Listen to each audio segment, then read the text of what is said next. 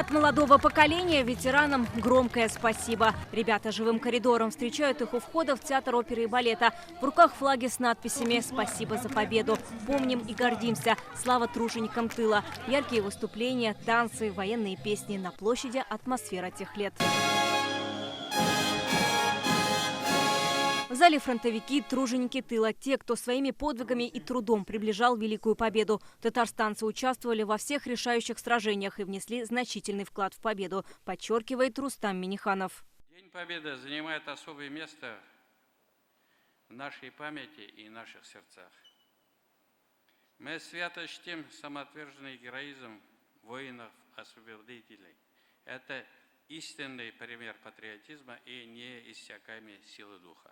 День Победы – это день незабываемый никогда. Для Алексея Комлева это главный праздник. Ветеран День Победы ждет всегда с особым чувством. На фронт его призвали в 1943-м. В составе 1-го Прибалтийского флота он освобождал Шауляй. Закончил войну в Восточной Пруссии. Мне лично 98-й год.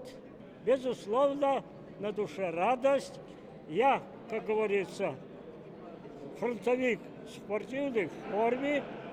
И, как видите, я без палочки. Каим Самигуллин из Нурлата. Его призвали на фронт в 18 лет. Участвовал в боях на Орловско-Курской дуге. Был тяжело ранен. Я попал в Брянский фронт. Там вот и сентября месяца в 43-м году ранен был. В ногу попал в резервное поле, и я там в госпиталях пролежал. Сам дожил до этого. Мало того, что воевал, мне уже 96 вот будет.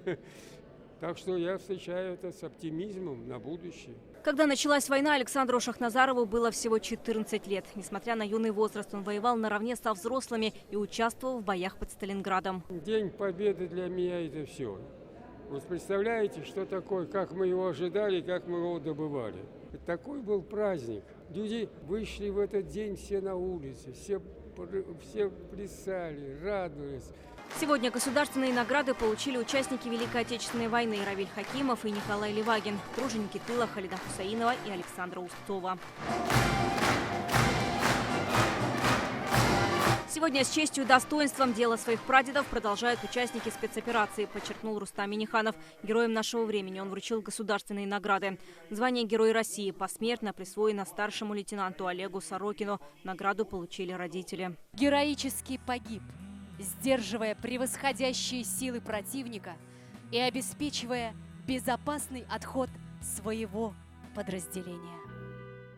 Орден мужества Рустам Минниханов вручил родителям старшего лейтенанта Германа Захарова, героически погибшего на СВО. Награду получила и семья погибшего рядового Фаниля Хисматуллина.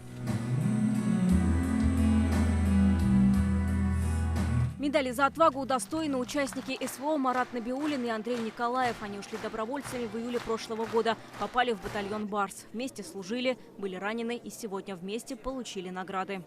Честно, решил и пошел. Потому что почувствовал то, что это мой долг. Мы отражали нападение. Вот за эти все действия получили награды. Потом ранение получил, госпиталь. И на рассвете вперед уходит рота солдат, уходит, чтоб победить. Для всех гостей торжества в честь 78-й годовщины Великой Победы большой концерт. Свои самые известные песни исполнила группа «Любэ». И, конечно, главную песню праздника со слезами на глазах пел стоя весь зал.